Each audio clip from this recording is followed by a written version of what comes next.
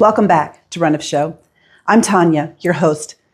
Today on Run of Show, we're talking about something every local business and every community event relies on, even if we don't always think about it: staying safe online. I'm joined by Jamille from Eternal Networks, who works closely with businesses in our area to strengthen their technology and protect what they've built. From daily operations to major events, we're diving into what it really takes to keep our local community safe in a digital world. And a special thank you to this season's title sponsor, Rothiella O'Reilly, Roxy, and Crystal Soundstage Productions, your go-to for live sound production support and creating unforgettable experiences at your events. I appreciate you so much. Let's jump in.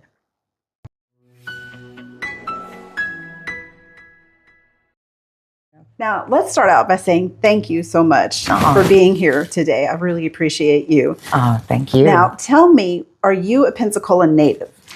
Technically, I am, but I was born overseas, and I grew up here and overseas. Okay, so you were born overseas, and how long were you there? Oh, as a kid? As a kid. So we were in Riyadh for about 5-6 years. Where's Riyadh? Saudi Arabia. Okay. My father was a contractor. Okay. And then he went into the State Department. And so we were there, for about 6 years. And then we were here in the States for a long time. I don't know exactly, but from the age of 6 to, say, 10. When I was 10, my mother and father went to Russia for a couple of years. And so there was a little bit of back and forth with Russia. And then...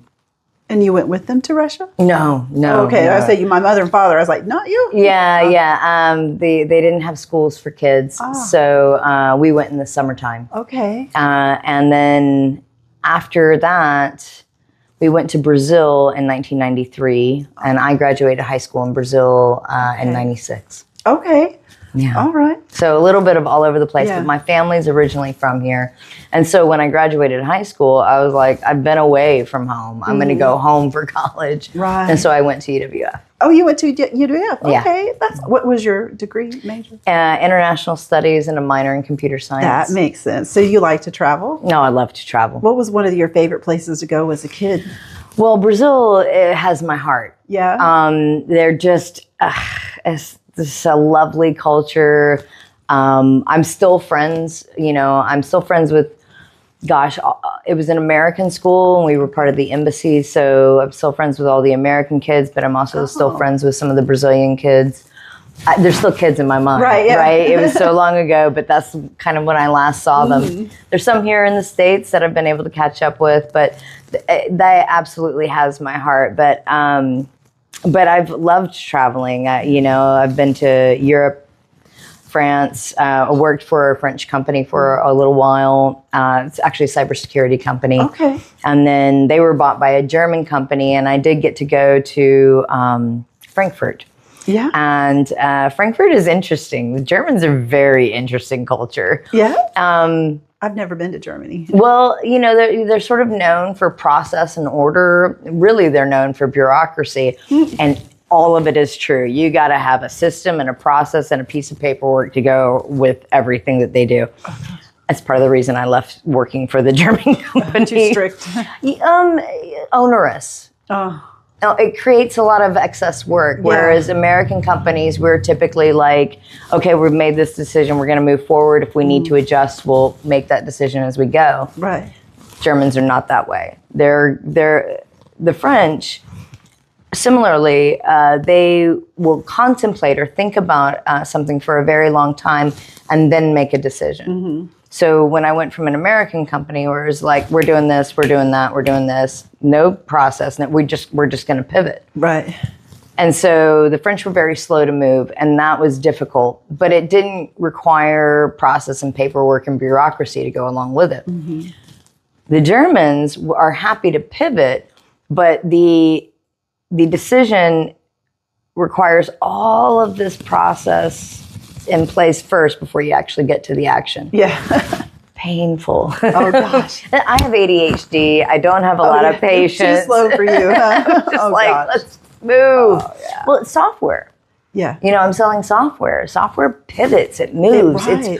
It's a living creature, you know, before we even talk about AI, because software is forever being updated and improved, and you have to be able to say, we have a flaw here, we've got to fix this. You know, there's a obstacle in the market, and we've got to pivot this way.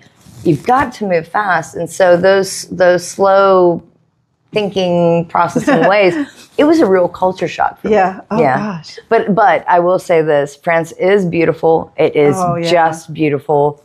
I've never been there. I adore, I'm actually working with a couple of my French friends on a project now. Adore the people. They're lovely. All the stuff that, you know, people say about the French and how rude they are. It's not true. Right. If you make an effort, if you know, look, parle anglais, simple, you know, do you speak English? Most of them will go, yeah. And, you know, you're like, oh, thank you. You know, and it's lovely.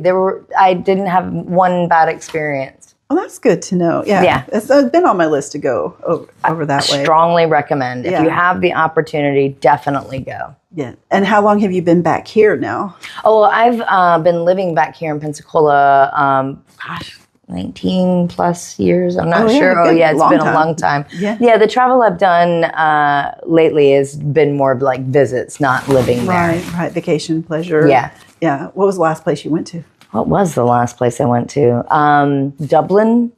Yeah. And then Manchester. My partner is a huge Manchester United fan.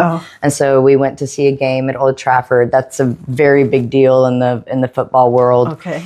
Now, when you say football, you mean American football or soccer? Soccer. But the football. I grew up in Brazil. Right. You got to make that decision. So yes, soccer, and then we went to London, and it was actually a brief trip, but it was a ton of fun. What's the weather like over there? Not dissimilar from this. I mean, kind of cloudy, cool, but not too cold. I mean, when I was there, they weren't having like a major freeze or anything like that. It was very similar to what Pensacola is. Have you been out towards the Pacific Northwest here? Is it kind of like that? Because I think about Oregon, Washington, how it's you would think, and yes, to a certain extent, because this is not dissimilar from the Pacific Northwest. Right. Today it's not. A lot of people don't realize this, but actually Mobile and Pensacola, the two cities, are always in competition with Seattle and Portland for rainfall. Really? We usually beat them. Really? We really do. Interesting. And the storms coming across Pensacola, Mobile and Pensacola, we get those deluges from those. And so, it's very similar. Now, I understand why you would think, well, it's more like that because the latitude is higher. Now, I will tell you this. France is cold in the winter. Yeah. It is cold. I was actually in northern France in January. It was cold. But again, cloudy, kind of overcast. Now, I was in France also in the summertime, and my God, is it hot. Is it really? Well, to be fair, when I was there, they were having a massive heat wave. The thing is that most of Europe doesn't have air conditioning. Really? And we couldn't live without it here. No, we would die. No. In fact, I was like, when I was there, I was working for the French company, and I was like, I'd make a killing installing AC here. The only problem with that would be is that most of the buildings are so old, you would actually have to install all the ductwork and everything to go with it. And that just wouldn't work. That'd be a whole thing. I think there's it's not my business, you know, so, but I think there's probably a cost-effective way to make that happen. Probably, yeah. But it's a huge opportunity. You have to specifically, if you do go to France in the summer, specifically find a hotel with air conditioning. Good tip there. Yeah. Absolutely. Yeah, absolutely. So tell me, what is it that you do now specifically? What's the title of your job?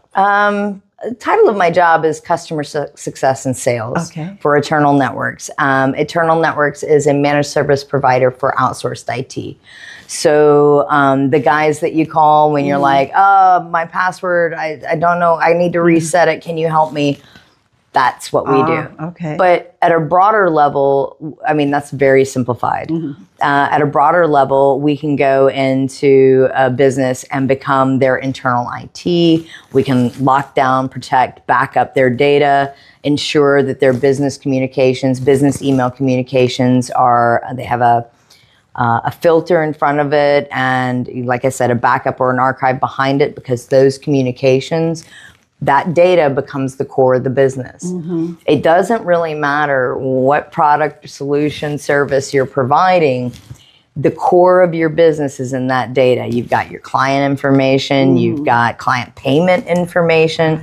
You could be liable. You might have to go up against certain compliance requirements. For example, most people don't know this. If you are emailing with anybody within the federal government, that's supposed to be encrypted. Well, how would you know that? Yeah. And how would you make that happen? Yeah, I was going to say, even if I knew that, I don't even know exactly that process. So you need somebody, a managed service provider, who is versed in all this. They are your consultative guides to say, okay, you are some sort of like nursing or fitness, or like those drip organizations, right? Where you go and you do the drip, and it's like vitamins, and it feels wonderful. I love them. But the one that I used to go to was owned by a doctor.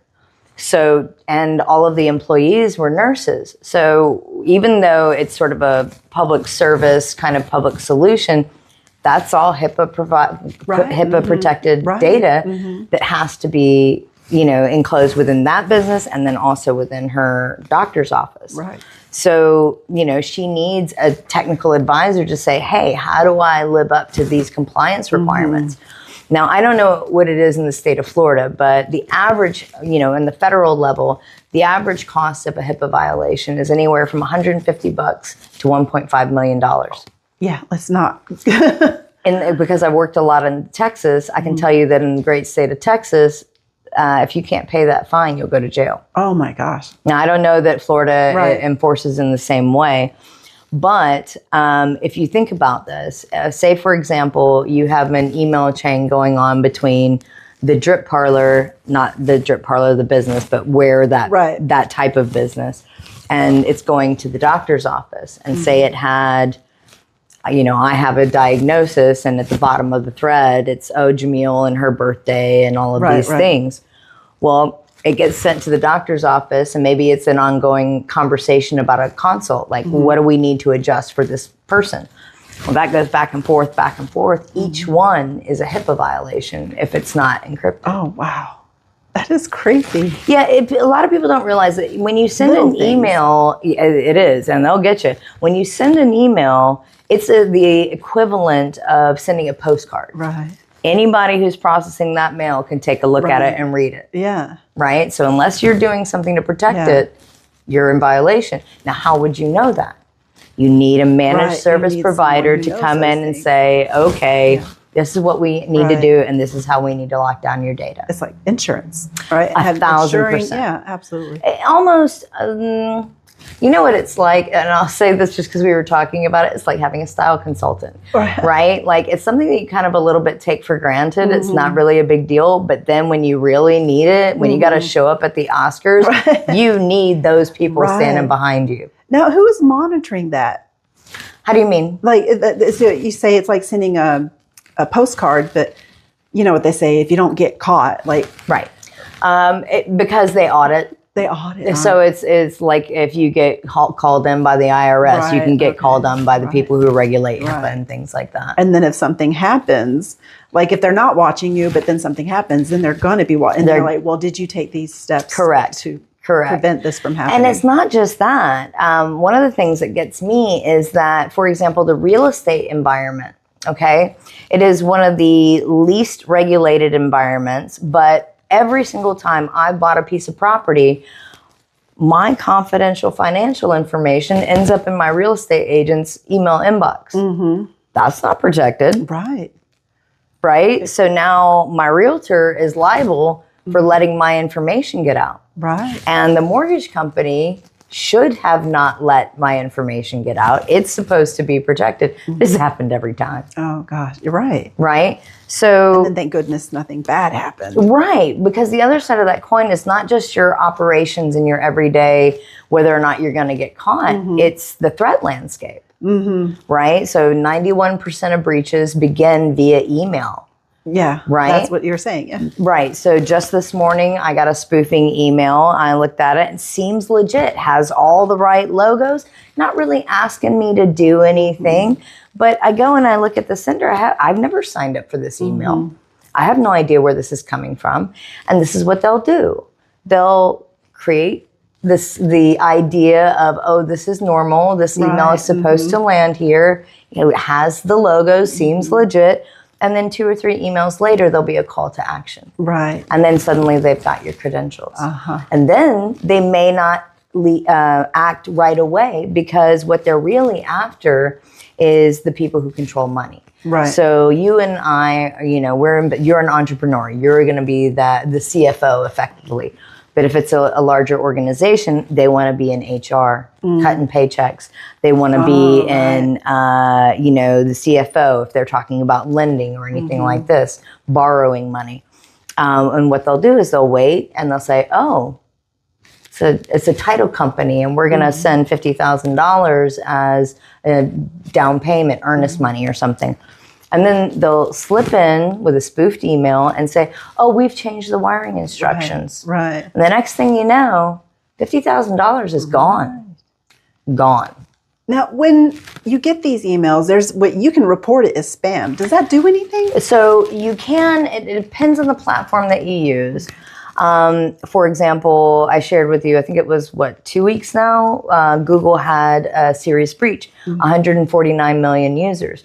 Now, you can report things as threats and spam within Google. It's probably not going to do that much. Yeah, I was like, no, okay.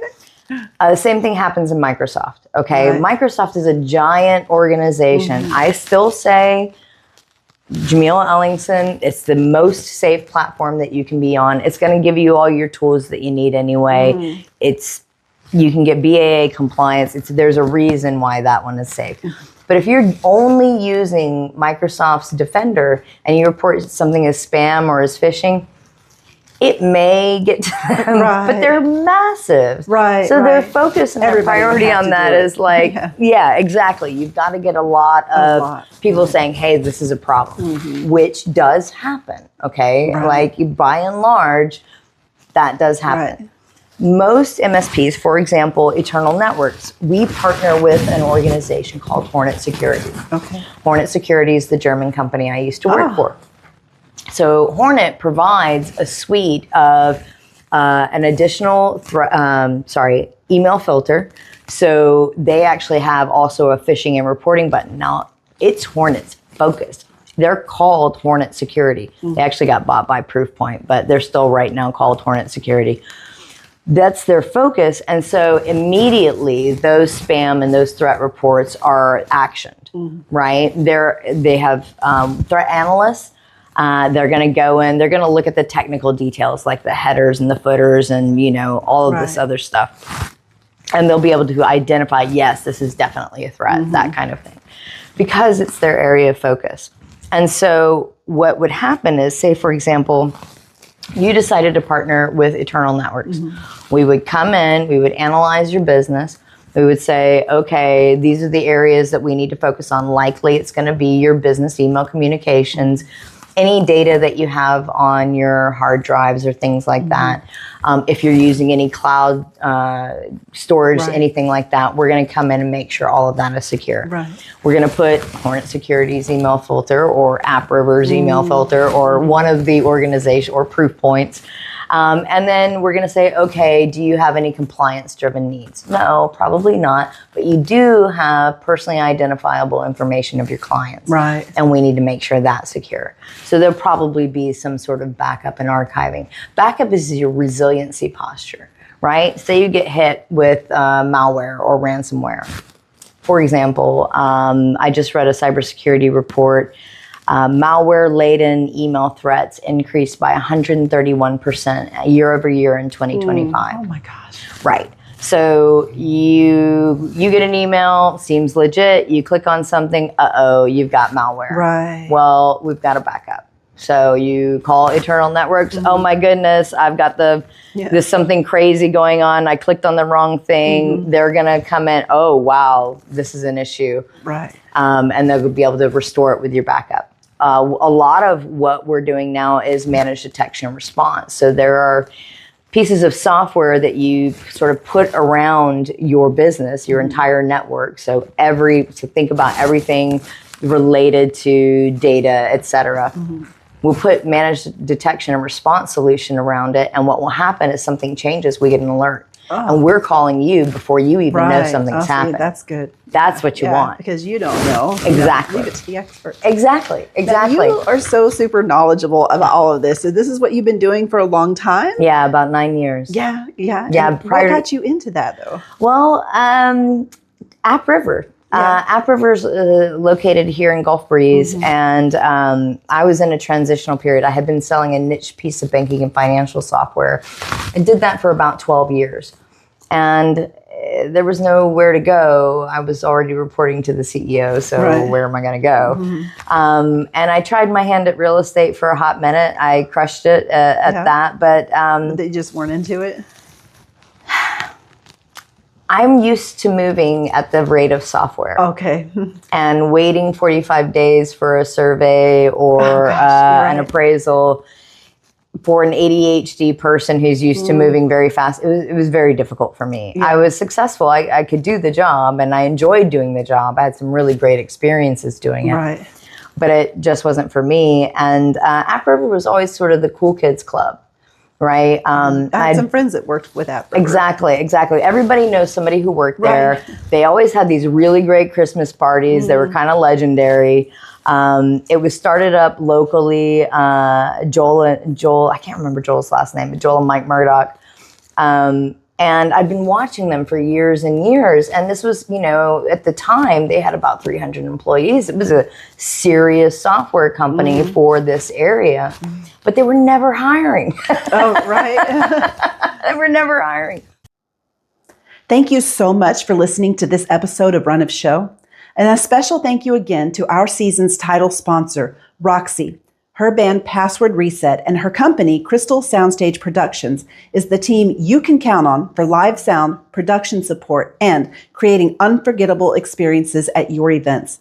You can find Run of Show on all of your favorite podcast platforms, so be sure to like, subscribe, and share. It truly helps the show grow. Now, let's get back to our conversation with Jamille. And then I used to teach yoga on the side. And a fellow yoga teacher, she was actually used to also attend my classes. And I knew her for like 8 years. Turns out she worked in the HR department at App River. Oh, gosh. And you didn't know? I didn't know the whole time. So then she was like, oh, my God. And we're actually hiring for exactly your role. Oh, wow. And she's like, of course, for ethics and all of this, I can't be part of that. So she handed me off. And I still had to go through the interview process and everything. But it was just that they finally opened the door. Right. So, that's how I made the change and over into cybersecurity and those types of things. From real estate. Yeah. Okay. Yeah. From real estate and yoga instructor. Well, you got to have a hobby. Yeah. Diversify. Yeah, a little bit. Yeah. And so now you're the representative for Eternal Network. Eternal Network. Yeah. We're doing sales and customer success. Eternal wants to grow. Okay. They're based here? No, they're actually based in Montgomery. In Montgomery, okay. Yeah, but they want to grow into the Panhandle and into South Alabama. So working to raise awareness, it makes sense for them to partner with somebody who's actually located here. And so that's your job now is to go around and tell people about it. Yes. That's how I met you. You went to one of the lunches at the chamber. Yes. Now, are you a chamber member now? We are. Okay. And we are. How do you feel about that? Are you going to a lot of the things that they do? I am. I'm trying to. As a new member, there's still stuff that it just, as a calendar, it hasn't come up. So the next business after hours. But I've also found on Monday nights, Andy does the vibe. Yep. I've been going to that. I've been going to the chamber lunches. And I have to say, people who attend these things have the intention to connect. So it makes it a little bit easier. They're all entrepreneurially minded, growth minded. So it makes it a bit easier. But I find that they've been really beneficial so far. But what I'm mostly learning is that nobody knows that they need us. Right. That's what you got to tell them. That nobody knows that they're operating their business on G Suite. Right. And there's a problem that they need to change their password right away. Especially entrepreneurs, like myself, who you learn more every day, but I mean, there's just so much. There really is so much. And you know what I found is our lives are busy. You've got kids, you've got grandkids, you've got a business to run. There's this, everybody has so much in our lives. You got to get your groceries, you got to pay your bills, you got to do all this stuff. That when you're trying to be an entrepreneur, threat landscapes and cybersecurity is the last thing that you're thinking of. Right? It's at the bottom of the list, when in reality, it should be like, I filed for my LLC, I'm going to partner with this organization. Because your business will grow. Hopefully. That's the plan. Your business. I'm a serial entrepreneur myself, so I sort of have that mindset. But I believe that when people put energy towards something, it will grow. It may take longer than we've hoped, but it's going to grow. So when you have an assistant come on board, and they also need an email account so that you guys can work on your calendars together, et cetera, well, you're already positioned in such a way that you can bring that person on board with little to no effort, and also know that that data is now secure. Right. And that's what's going to happen for all of these entrepreneurial businesses. Like I said, we all have very full lives. It takes so much to add that one more thing. Right. One more thing might be like, I'm going to try and go to the gym in 2026. Well, that adds a ton to your daily life. It really does, yeah. You've got to schedule that in. You've got to think about, do I have childcare? Like, there's all these things that go into one little decision. Let someone like Eternal come in and say, hey, we're going to help you. We're going to take that off your plate, and we're going to make it affordable. Right. Actually, that's one of the things I've been working with the owner, Seth Hayden, about is, low-cost entry-level packages to bring these small entrepreneurs on. We've already actually started. A gentleman from the chamber, he's like, you're absolutely right. My business is going to grow. I need to take care of this now. Absolutely. Get them in the door, get them protected. I feel that sense of responsibility to the community. I mean, we have cybersecurity software companies like AppRiver right here in Pensacola, and yet the community doesn't know. Right. We have the Center for Cybersecurity at UWF, and yet people in the community do not know. So that's your thing, is to get out and get to know people. And so tell me, what are your best tips and tricks for navigating these events as someone who's just coming in and trying to mix and mingle with something that people maybe don't even know that they need, so they don't care. So what's your best way? So I'm a little bit weird that way. I'm kind of an oddball, because growing up overseas and moving around a lot, you learn if you don't go out and make friends, you're going to be the lonely kid in the corner. Right. And that's just not going to be me. And so my honest tip and trick is walk in, smile, shake somebody's hand, talk to them for a minute, and then boom. Once you've done that, you're already in the flow. Oh, so this person's over here. I had a great group. I actually attended the Mobile Chambers luncheon just last week, and ended up in this corner with about 7 people who, what I did, I actually kind of got there early. And so I just put my business card down at everybody, and it started a trend, and everybody just started putting their business card around, shaking hands along the way. And then we had it was a luncheon, so you're sitting down, you're having something to eat, and there's a great discussion. All these various different types of businesses, from doggy daycare type businesses all the way through to engineering. Right. Yeah. It's extremely diverse, and it's just about being willing to take that first step, do something different. My other tip and trick is, if you are a shy person, ally yourself with somebody who's not. Right. Right. So I have been sort of adopted by by the introverts in my life. Well, that's what I was going to say. Can I use you? So, yeah, exactly. That's exactly it. So like when I need to go, I don't know, if there's a social event, that a party or whatnot, my introverted friends will reach out to me and be like, hey, can I ride with you? That's the trick. Yeah. Find somebody, ally yourself with somebody that is going to go do that. Yeah. And then you just kind of get to go, hey, I'm with so-and-so. And it diverts all that initial pressure and stress. I didn't really think about doing that at a business thing, but I do that personally. I have one friend, her name is Sharon, and she's everybody knows her, everybody loves her. She's, she walks in and they're like, hey, Sharon. Yeah. So I like hanging out with her because I don't have to initiate the conversation. There you go. Or carry the conversation. I can just be there and right. So you just got to find your nearest extrovert. Find that person. Latch on. That's the tip. Find that person. But I mean, that's sort of what I've learned personally is I can walk into any room, smile, and shake a hand. Like everybody's a person. I have met senior diplomats, government officials. I have met very important business people overseas. CEOs, CFOs, and things like this who are running, 80 to $100 million companies, things like this. They're just people. Right. Doesn't matter who you're talking to. It's like just a person. Right. They got to go to sleep at night. They got to deal with their wife or husband. They got kids. They're just human beings. Yeah. That's it. Now, we're all human beings. Have you been to some events that weren't so great? What would you have been? Certainly. What went wrong, and what would have been your idea to make it not that way? Not to call out Pensacola Chamber, but I am a little bit going to call them out. So for the luncheon event that they have all these really long tables. Yes. Right? Which is great. People got to sit to eat. Doesn't really create room for interaction. Right. You got to get around wherever you're sitting, and people are sitting there, and you can't really interact. Right. I think that people don't realize sometimes how physical barriers become barriers to interaction. So I think my trick, whatever, to resolve that is create space. Okay. And, you can have your table, certainly. You want to, like what they did at the Chamber in Mobile, they had a U shape.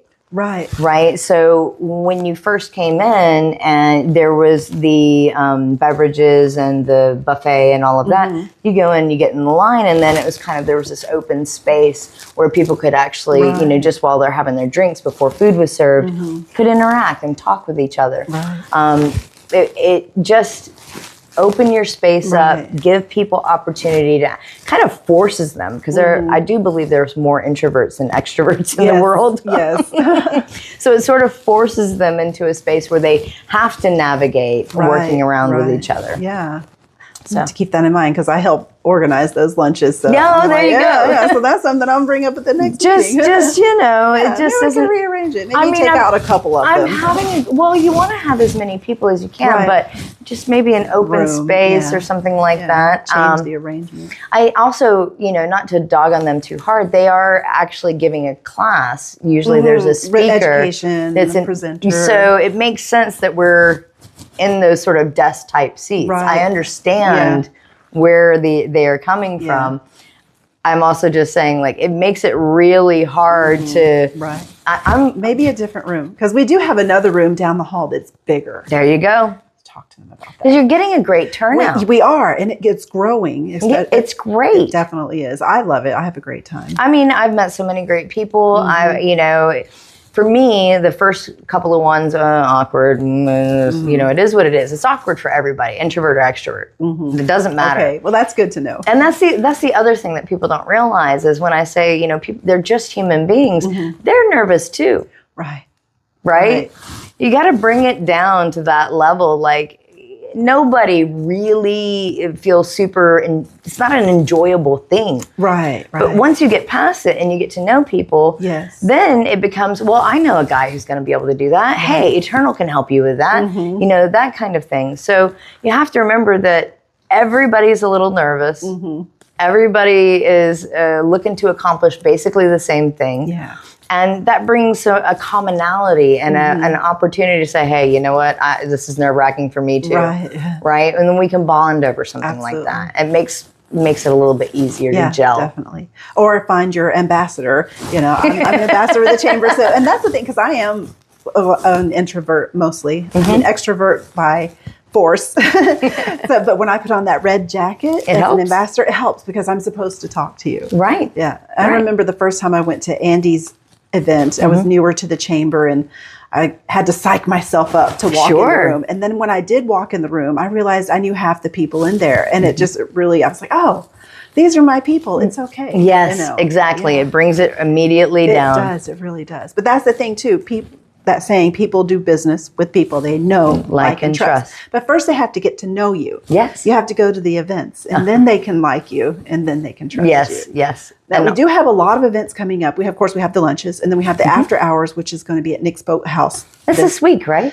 It is this week. Yeah, I think Thursday night we're going to have that. And then we have the Seville after hours and then we have the Snap networking meeting that's at the Seville. Oh, I have so much I still need to get educated on. Gosh. You got to fill me in. Have you ever done speed dating? No. Okay, well, I've never done speed dating either, but that's my reference to it. It's speed networking. Oh, nice. Yeah, they have a little timer, and then you go mix around the table. I'm in. You get to practice your elevator pitch like 30 times and like go, you know, or mix it up or whatever. So yeah, definitely I'll have to let you know when that's going to be. Please do.